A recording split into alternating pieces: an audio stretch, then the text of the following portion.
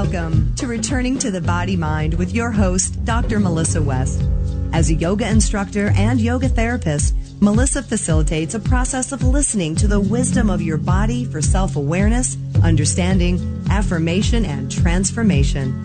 Returning to the Body Mind offers the opportunity to turn inward and through the intelligence of your body find the answers about yourself and your life. Now, here's your host, Dr. Melissa West.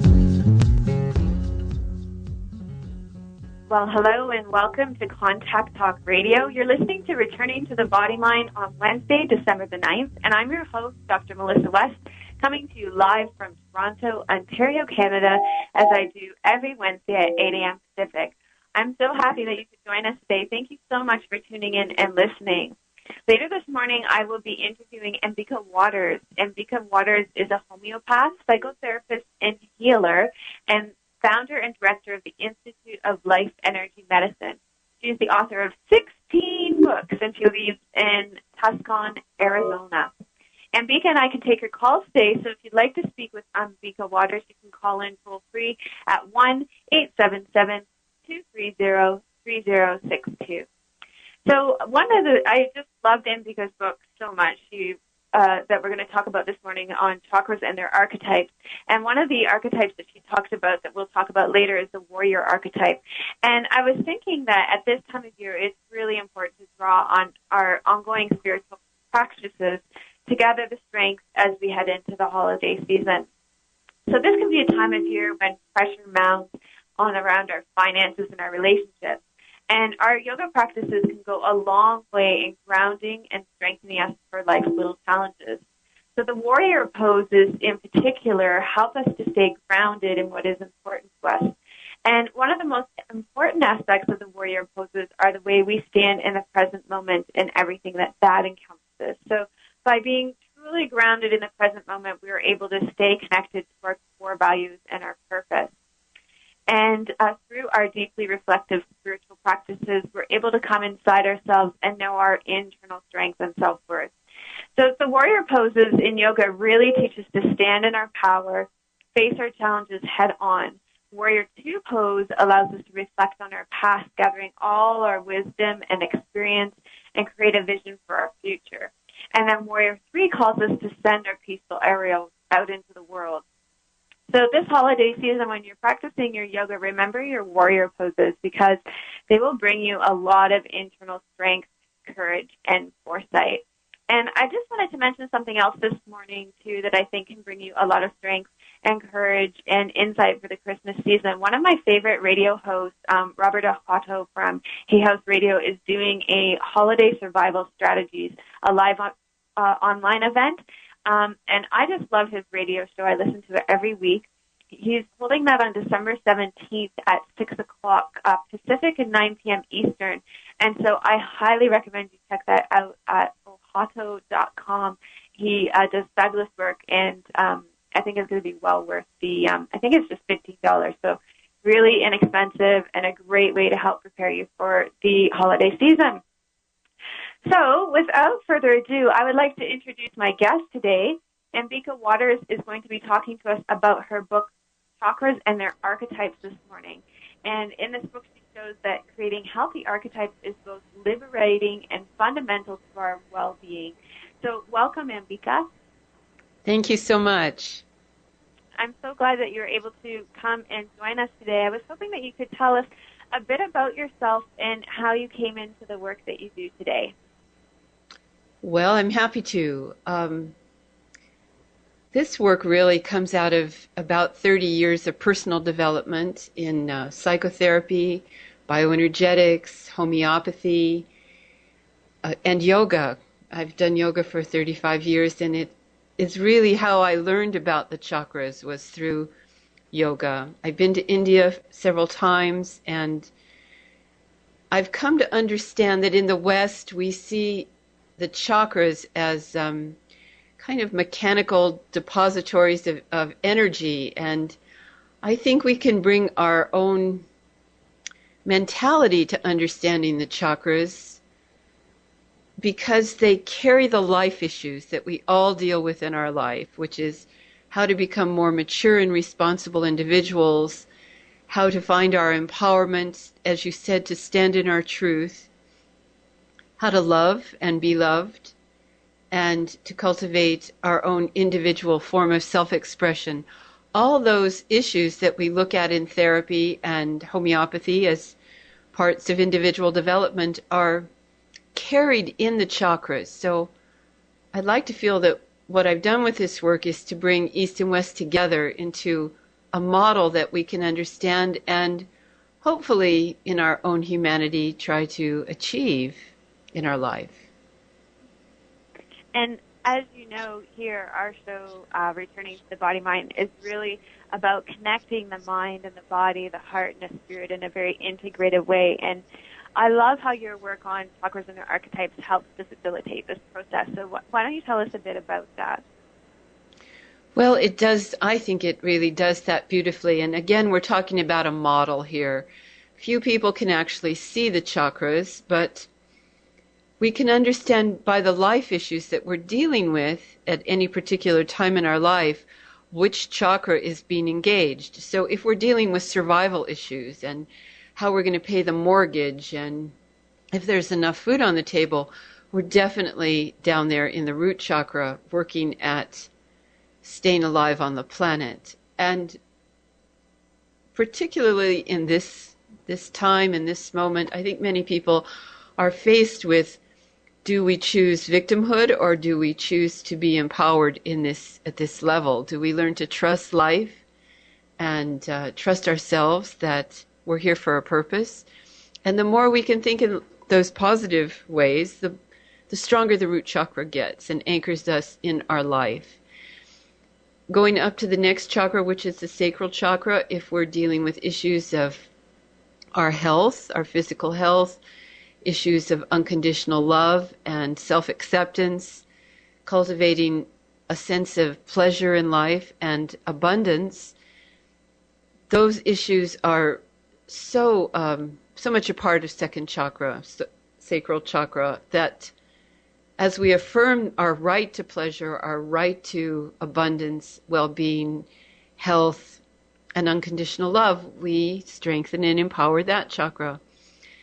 And then moving up to the solar plexus, which is about empowerment and levels of accepting our worth, that we are worthy of what we say we want, we're worthy of being on this planet, expressing ourselves in our unique individual way.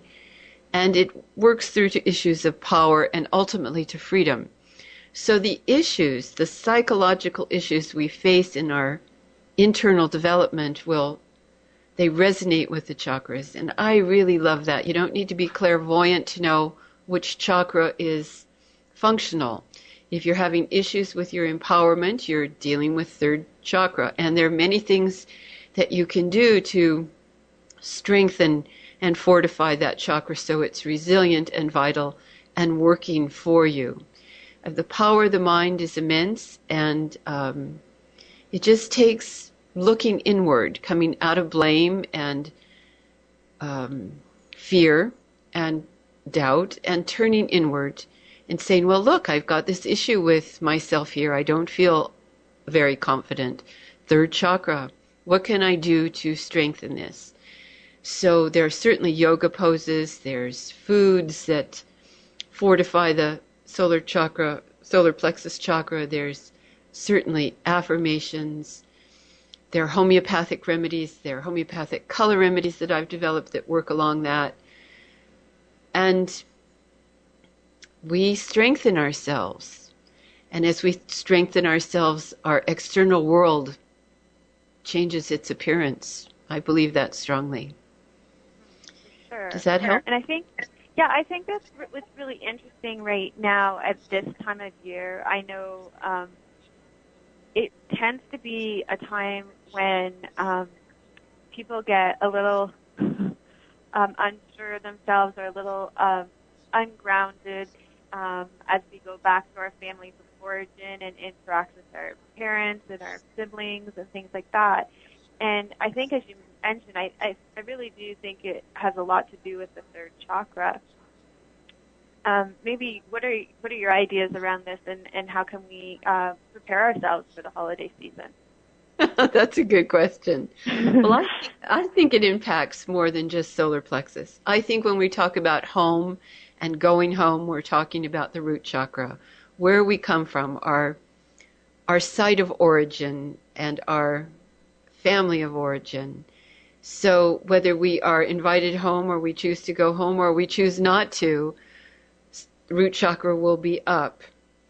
And then there's always that thing about eating too much, and that's second chakra, filling ourselves with too much of what we don't really need.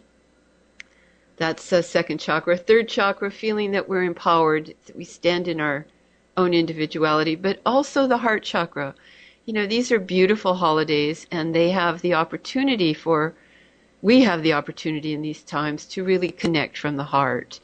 Especially Christmas. It's a beautiful holiday of generosity and giving and gratitude, and I believe it's a great holiday of love. So staying in our heart chakra can just kind of ease some of the sharp edges of family or friends, some of the things we put up with and didn't like. And the throat chakra, which is all about self-expression and our will, and knowing the truth. What is the truth of Christmas and the New Year? These are big questions for us. It's certainly not the plastic Christmas that's put out there in the malls. It's a time of finding that inner child, the holy child within us, and giving Absolutely. it space. Yeah, it's really about giving that space to... I like how it's multi-layered. And, this is probably another very Western view of the chakras, is that it's sort of like this linear path, right? But in the way you're describing it, I love it because there's all these multiple layers that are intertwining with each other. Yes, we look at the whole person. I'm a homeopath. We look at the whole person. And if one chakra is diminished, another one will be compensating for it. You can count on it.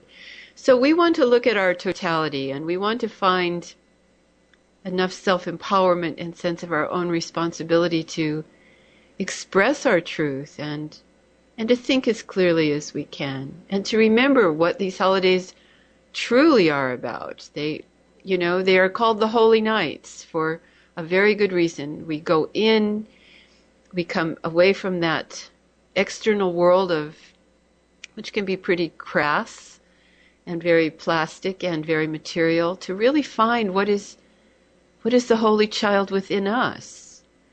And I think when we honor the Holy Nights, which are traditionally known as the 12 Nights of Christmas, they're a wonderful time to connect with the spiritual hierarchy, the realm of angels, the internal Christ within us, the internal Holy Child. It isn't about religion. It's about the true significance and essence of these holidays. And I think when we can focus on that, then healing happens automatically. We're not in defense against, our families or our friends or what's going on at the mall. We can integrate it all. I love that. Okay, well, we've taken a really nice little sideways tour here, and we're going to go to break now, but when we come back from the break, let's get into the archetypes and talk about what the archetypes are. Okay. I'm Dr. Melissa West, yoga teacher, yoga therapist, and host of Returning to the Body Mind. Today we're talking to my guest, Ambika Wauters, author of Chakras and Their Archetypes. To find out more about yoga with me or Ambika Wauters, check out my website, www.melissawest.com.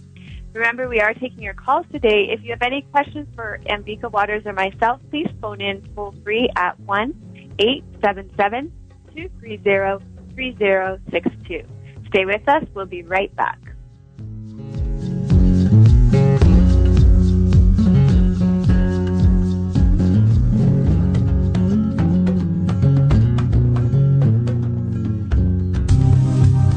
Discover a powerful mind-body system that has helped thousands of people achieve inner peace and fulfillment.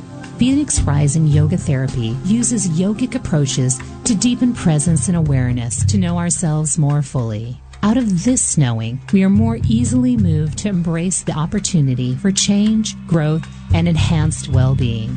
Through assisted yoga postures and non-directive dialogue, Phoenix Rising practitioners guide clients to experience the connection of their physical and emotional selves. You will learn how to recognize and release the body-stored memories, fears, and traumas that trap you in the past.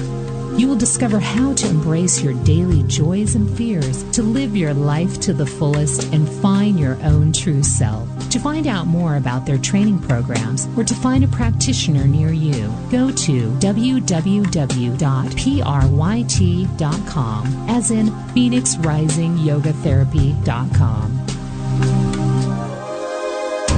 Begin your career today in Thai massage or expand your current massage and healing modality. Thai Massage Toronto courses are ideal for massage therapists, yoga, Pilates, and fitness instructors, or anyone interested in learning this dynamic ancient art form. Thai Massage Toronto is approved by the NCB, TMB, and CMTO as a continuing education approved provider. Begin your career today. Deanna Villa, Master Teacher Practitioner and Doctor of Natural Medicine, offers 12 years of therapeutic hands-on experience and teaches internationally. TMT is an accredited school. Visit them online at ThaiMassageToronto.com. That's www.thaimassagetoronto.com or call 416-234-0011. Want to practice yoga with Melissa in your very own home?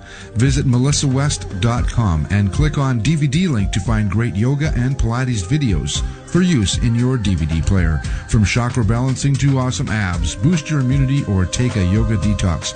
Release pain in your upper back, neck, and shoulders, or decenter your depression.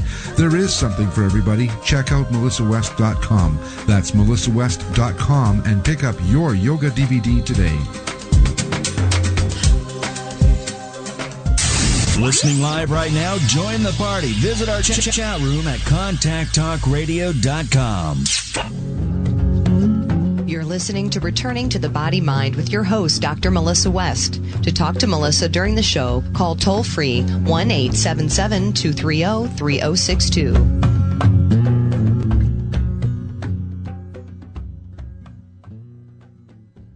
Receive a free newsletter each Tuesday, but also when you sign up, you get a free chakra balancing e-course, which I designed to balance the energy centers in your body. And I really enjoy sharing these ideas about healthy living, holistic lifestyle in this gift to you each week. And also included in the newsletter is information about my upcoming free yoga video podcast, as well as upcoming guests on my show. So if you'd like to sign up for the newsletter, you just go to melissawest.com and put your email in the box in the center of the page. We're getting to that time of year where I'm looking forward to my winter yoga retreat, so just want you all to mark your calendars, February 26th, 27th, and 28th in 2010, and we're really looking forward to that. It's going to be a great weekend. Also, just to let you know, on Namaste Yoga, last week we did a class on opening the body to breath, and we sort of looked at the body as a container for breath. And this week, I'm not sure what we're going to be doing. I'll have to take a look at that. I can't remember off the top of my head. But each week I do a free yoga video podcast that you can access at www.namasteyoga.blip.tv. So you can also get it through iTunes and have it automatically downloaded onto your computer each week. If you just search Melissa West for Namaste Yoga, you can grab it there. So let's just see what's coming up for our sponsors. Phoenix Rising Yoga Therapy, one of our fabulous sponsors here. In January, I'll be going to Bristol, Vermont to continue my training with them. Really looking forward to that. But just to let you know a little bit about where they're going to be in the new year, in February, they will be in Florida. They'll also be close to me and my dad's hometown in London, Ontario, Canada. And then in March, they will be in Vancouver in British Columbia, Canada. In April, they will be in Phoenix, Arizona. So I believe that is close to Ambika, where she's calling from today. In May, they will be in Portland, Oregon, in Asheville, North Carolina, and Rhinebeck, New York. Our other sponsors, Thai Massage Toronto, they are going to be, right now they're in Florida, doing some training in Florida.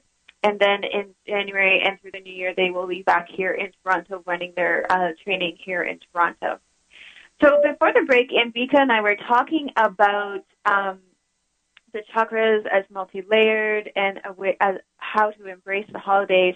And when we came back from the break, I wanted to talk about the archetypes. So why don't you tell us about what archetypes are? Embodiments of characters, character types. An archetype could be Cinderella. When everybody says, "Oh, Cinderella," we know what we're talking about. A poor girl who becomes very successful in her love life. Or Rambo. I always love the archetype of Rambo. He's very two-dimensional. We know he's not going to become a Zen monk. He's always a fighter. He's always going to embody that archetype of the warrior, of the fighter, which means there has to be duality in his consciousness of us and them. So archetypes are, as I say, they're two-dimensional. They are not the full embodiment of our humanity. We have, as humans, the ability to transform ourselves, to transform our consciousness at every moment. We can make a choice to be positive, to be loving, to be creative, to be whole. But an archetype can't. It just is simply what it is. It's either the very good or the very bad or the endless shades of gray in between. So Jung once said, don't ever identify with your archetype. Know what it is, embody it at some level, and move on to higher levels of empowerment, responsibility, and ultimately vitality. So that's my take on the archetypes. And I think that they relate very beautifully to the chakras. Yeah, so tell us a little bit how they relate together, how they work together, and why bring them together. Well, as I said before, the reason we bring them together is we bring our Western psychological take on life together with these centers of energy, these fields of energy and their resonance. In the East, the chakras are governed by the deities, of the gods. Certain animals relate to the chakras, certain colors, certain sounds, certain foods. But in the West, we have this wonderful mentality. Let's use it for our development and our evolution. So for the root chakra, the negative archetype is the victim. Now, the victim is completely reliant upon external sources for its survival. It cannot survive on its own, and people cannot stay long in that victim archetype. We have many, many victims on our planet. Political victims, victims of tragedy and natural disasters. But within our own normal everyday life, people can be victims of illness, they can be victims of family abuse, victims of the economy. It's a choice whether we want to stay in victim or not. The positive archetype of the root chakra is what I call the mother, and this can apply to both men and women. The mother is that place where we say, all is well, where we kiss the wound and we make ourselves whole, where we find our simplicity in life through gardening and cooking and keeping our homes in order and being very grateful for what we have. The mother archetype is very different from the victim, but she is whole and she is complete in herself. She is positive and she is nurturing.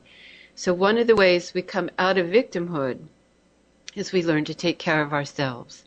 Instead of saying, I didn't get this from my parents, I didn't get this from my mother, I didn't get this from life around me, we learn to be our own good mothers. We learn to take care of ourselves.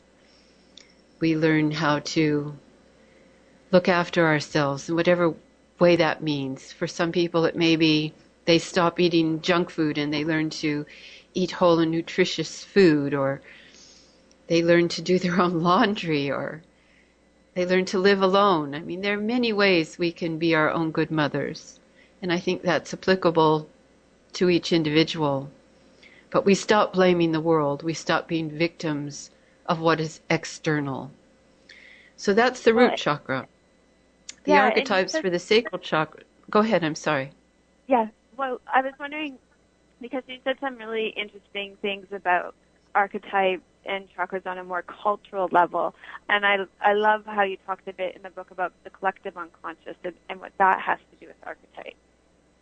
Well, yes, I think that many countries and many places on the planet play out those archetypes. I lived in Africa for many years, and I know that archetype of the mother is Africa. Africa is the mother of the planet, and there are probably no greater mothers on this earth than African women who adore their children, absolutely adore them, and have many. But also there are more victims in Africa now. 25 million people have AIDS in Africa, and they need the whole earth to rally to be the great mother to help them. I see that countries like Brazil, they're wonderful embodiments of the sacral chakra, that pleasure and delight and joy in life and movement.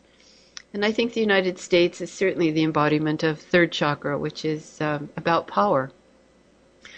I think in my book I had many different countries that I talked about. I think that you could look at India as the heart chakra, or perhaps Tibet as the heart chakra. I always think of Italy as the great throat chakra, and perhaps some of the northern European countries as the mentality, the brow chakra. And then the crown chakra, again, it's either going to be India or some country where holiness is honored, the holiness of the individual is honored. So yes, it plays out collectively, and I think it plays out in our own countries. I'm sure there are places in Canada that really embody each one of those chakras. And I think even locally around us we can find those places. It's not just they're the great global archetypes, and then the national archetypes, and then the local province or town archetypes. You can find them. I know what we say when we're driving to Phoenix from Tucson. We say we're going into a different archetype. That's funny. We're moving into a different angelic realm. And you talk a lot about angels too. You have several books on angels too, so that's really interesting. Yeah. Another show. Well, the next book is going to be on angels and archetypes. I mean, angels and chakras. The chakras very cool. Well, we'll have to have you on to by talk about that when you put that together then. Yeah. But one of the other things that about your book was chakras and the archetypes are the main theme of the book, but there was this sub-theme that ran through the entire book that came up again and again, and this is the importance of self-love and loving ourselves. And I'd love for you to speak about that for a little bit. Well, I think learning to love ourselves unconditionally is our evolution. I think that as we go from being victim to mother, that is a process of learning to love ourselves. From martyrdom, which is the sacral chakra, to the empress or emperor, is a process of self-love.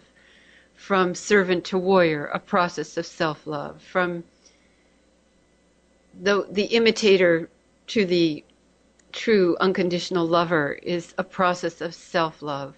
All evolution is a process of coming to love ourselves, respecting ourselves, honoring who we are, finding our path, and getting out into the world and doing good, making this planet a far better place than it was when we first entered.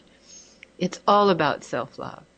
And I don't mean that in the selfish way. I think that as we come to really honor ourselves, respect ourselves, and find unconditional love for who we are, at whatever stage of our life development we may be at, then we find people who we resonate with, projects that call us at a heart level to do good. That's certainly been my experience.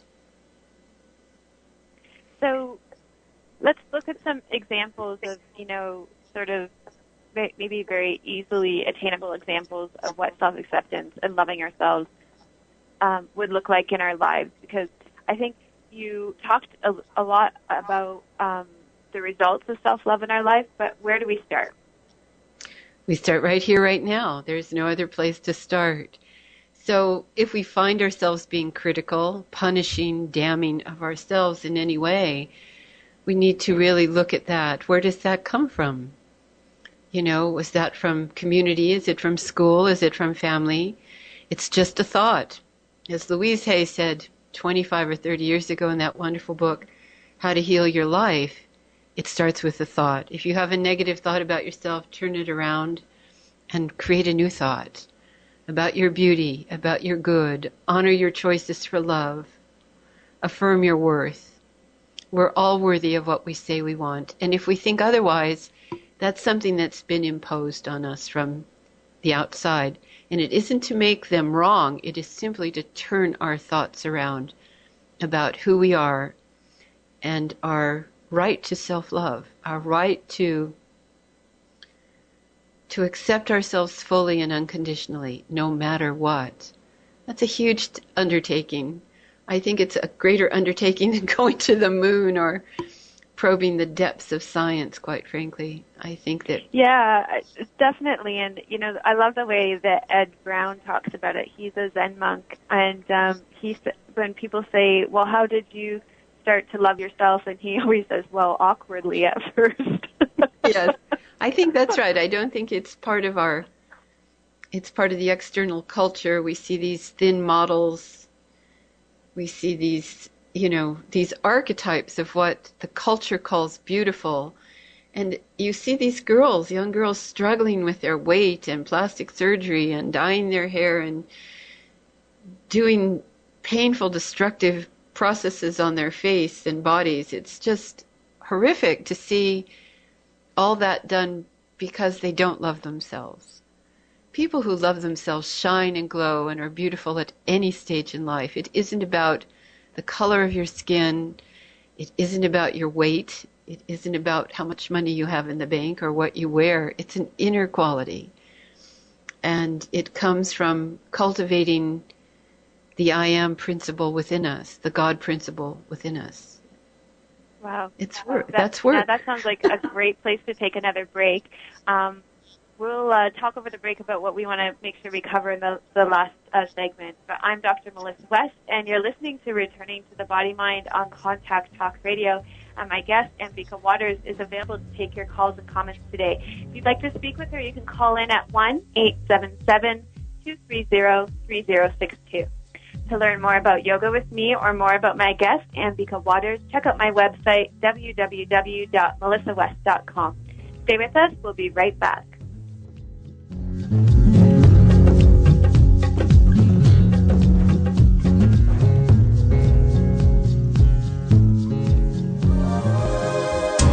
Begin your career today in Thai massage or expand your current massage and healing modality. Thai Massage Toronto courses are ideal for massage therapists, yoga, Pilates, and fitness instructors, or anyone interested in learning this dynamic ancient art form. Thai Massage Toronto is approved by the NCB, TMB, and CMTO as a continuing education approved provider. Begin your career today. Deanna Villa, Master Teacher Practitioner and Doctor of Natural Medicine, offers 12 years of therapeutic hands-on experience and teaches internationally. TMT is an accredited school. Visit them online at ThaiMassageToronto.com. That's www.ThaiMassageToronto.com or call 416-234-0011. Did you know that you can rate this show on iTunes?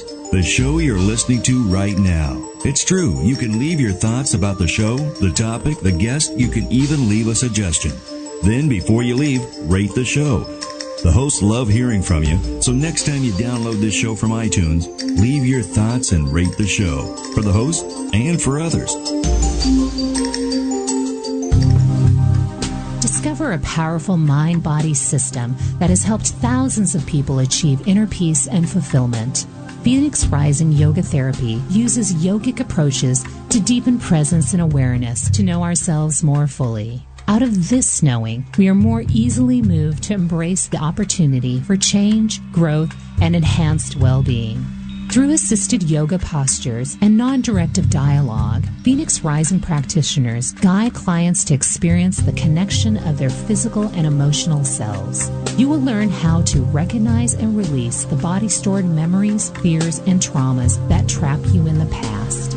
You will discover how to embrace your daily joys and fears, to live your life to the fullest and find your own true self. To find out more about their training programs or to find a practitioner near you, go to www.pryt.com,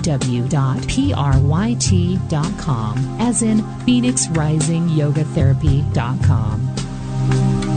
Have you heard the news? Now you can download Melissa's much-loved yoga classes each week. Visit www.melissawest.com to download and subscribe to Melissa's free weekly video podcast featuring her Hatha yoga classes. This yoga video podcast will allow you to integrate your physical, emotional, intellectual, and spiritual bodies through yoga with Dr. Melissa West's personalized yoga instruction. Download Melissa's yoga classes today for use on your iPod, computer, or TV. Today at melissawest.com. You're listening to Returning to the Body Mind with your host, Dr. Melissa West. To talk to Melissa during the show, call toll-free 1-877-230-3062. And you're live. Welcome back. I'm here with my guest today, Ambika Wauters, author of Chakras and Their Archetypes, Uniting Energy, Awareness, and Spiritual Growth. And, you know, a lot of what we've been talking about this show has been centered around the heart chakra and love. So I was hoping that Ambika could talk to us about how the heart chakra functions with its archetypes. Yes. Well, the heart chakra is all about love. Love being the center of our life, hopefully. It's also about peace, peace in the heart, and joy. Those are the qualities of the heart chakra. And even if we are not awake or developed, love is what keeps us alive. Love is the fuel that fuels the whole cosmos, and it fuels our being as well. The more awake we become, the greater our capacity to love and to receive love. I think at some point, we're very comfortable receiving love as young children, babies and young children. And then as we grow up, we learn to love our families, love the people around us, love our teachers, love our classmates. We learn to love the opposite sex. At some point, we learn to love our friends. But being able to receive love is also a huge part of the heart chakra. There are two parts to the heart chakra. The heart protector, which keeps away any malignance, any negativity, protects the heart, protects the innocence and purity of the human heart. But also on the body where the chakras are located, there are two places, one right behind the heart where we give from, and one a little closer to the throat chakra where we receive from. And often that's blocked in people. They're very good at giving, not so good at receiving. And I think to be able to receive in a gracious and generous manner is a very important part of our human development. Because if you can't receive, you can't be fed. You can't take it in, you can't digest it, you can't assimilate it and revive from it. We all need to be able to receive love. Whether it's the cosmic force moving through us, or groups of people loving us, or individuals loving us, or us loving ourselves. Mm-hmm. I think our capacity to receive love is very important to cultivate. And I don't mean that in a greedy, selfish way. I just think that when people can recognize that they are loved, they can find a stillness and a peace in their heart. So does that help? And this brings to mind something that I've noticed in my life recently, which is a greater awareness around people who really don't love themselves, and wondering like how best to interact with them, because on the face of one person I'm thinking about, this comes off as like this being a total know-it-all, and that's the only way this person feels they can gain acceptance. And the other one is a child I know right now, and this child just acts out a lot just because there's no self-love, and it's so sad. And yet, so how can we, as conscious people, interact with these people, with where the heart chakra is really obviously in protection, or do you know what I mean? I do. I think the heart needs to be balanced. It needs that protection from what is harmful, what is harsh, what is inappropriate. But it also needs to be strong and resilient. We have that term lion-hearted, and I love that term, to be so strong that you are lion-hearted, that things can bounce off the heart, that they're not taken in and turned into hurt.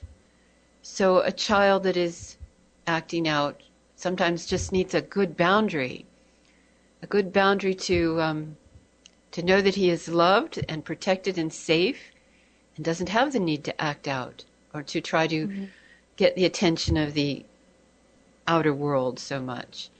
And people who are struggling with self-hatred, I think the best thing we can do to honor them is to love ourselves, that they can see what that looks like. That it's a calmness when people love themselves. There's a tranquility. There's an inner peace and an inner grace. When people come from self-love, you know it. They don't have to be boastful or egotistical or act out. And I think when people see that, when they have a chance to be in the presence of that quiet, that it has an effect. It has a very healing effect. That's my experience. It's so interesting because this is one thing recently that my heart has been aching for, because you can see so clearly that they just need to value themselves and love themselves more, and then all the acting out would go away. Well, there's this wonderful concept in the Polynesian culture called Ho'oponopono, which says that if you love yourself, then the world around you will pick that up. And I read a wonderful story about I think he was a therapist who worked with prisoners, and he never met with them personally. He would look at their files and he would just love them. He would just send that love to them in a very quiet, meditative way. And over a period of time, these prisoners started to heal, and their lives were turned around. It's a very powerful force, the force of love. And it doesn't need to be acted out. It's not a boisterous thing. It's a very quiet thing. And I think that when we can not take people's acting out and their negativity personally, then they have the ability to transform themselves through the work we've done on ourselves. Does that make sense? Yeah, I love that. Now, I want to make sure you have time to talk about your Heart of Peace program and how that came out of your work with the chakras. Yes, after doing all this work for years and years on the chakras, one day it dawned on me that we needed to take this work out into the world. And a friend of mine from Toronto, Mary Jane Kreitz from the Toronto area, I think she taught at the Guelph Waldorf School. She was a teacher down here, and we had thought about working with children with autism and developmental delay. We started the Heart of Peace Institute, which is a summer program for children with developmental delay and autism. We are coming to Canada, hopefully in the spring or summer, to bring this program to the Toronto, Kitchener, Guelph area, Waterloo area, and also to the east. And this is a program where we bring in homeopathy, the neurological reflex integration work, cranial sacral work, holistic nutrition, movement therapy, art, and other alternative therapies, including a parents therapy program where parents can learn about ways of working with their children. And that really has come out of a lifetime of inner work. And that's why we do this chakra work. That's why we do this inner development work, to find ways of taking what we know internally out into the world. And the Heart of Peace Project, you can go to heartofpeaceproject.com to find out more about this program and when we're coming to Canada. And we hope that people who are interested in alternative, holistic means of treatment for kids with developmental delay will consider this program. We're very proud of it, and it really does come out of a full adult lifetime of inner work. Yeah, it sounds absolutely fabulous, and I can think of one of my yoga students and friends has a son who has autism, and so I will definitely pass that information on to her. We've run out of time for today, so a good timing. Why don't you tell people how they can find out more about you and all the books that you have available? Yes, you can go to my website, which is www.ambikawauters.com. That's AmbikaWauters, ambikawauters.com, or to the Heart of Peace project.com. It has a link to my site. My books are on Amazon. And I must say, Chakras and Their Archetypes, it's been a wonderful book. It was written 12 years ago, and it's had the wings of angels behind it and has been translated into many languages and reached the hearts of many people. So thank you so much for having me on your show and allowing me to share my worldview with you. Well, thank you, and thank you for your work. I do appreciate it. Thanks. Now, if you enjoyed today's topic, then you'll want to tune in on Wednesday, January 6th, when I'll be interviewing Brant Courtwright and an integral approach to psychotherapy. His integral psychotherapy blends Western depth psychology with Eastern spiritual wisdom. So I'm looking forward to talking to him about that when he comes on in the new year.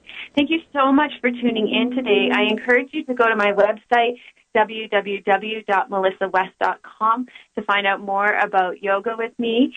You can sign up for my newsletter there. Just enter your information in the middle of the page and get lots of great newsletters coming to your inbox each Tuesday.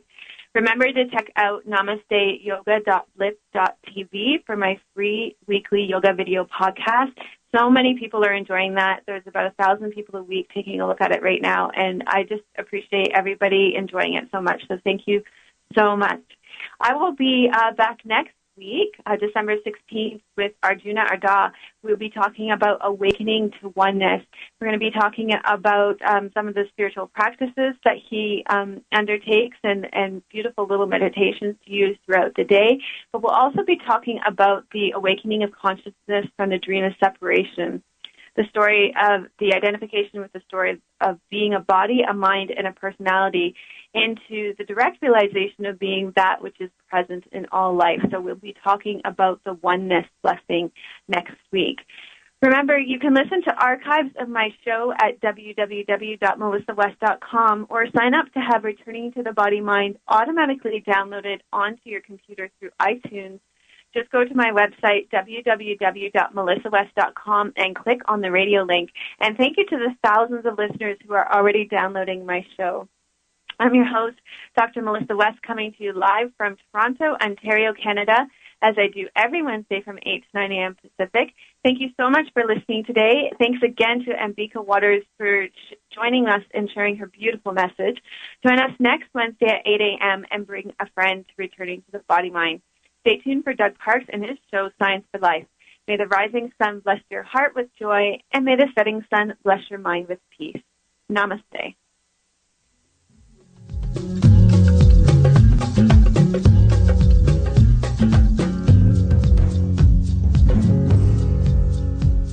Thank you for listening to Returning to the Body Mind with your host, Dr. Melissa West.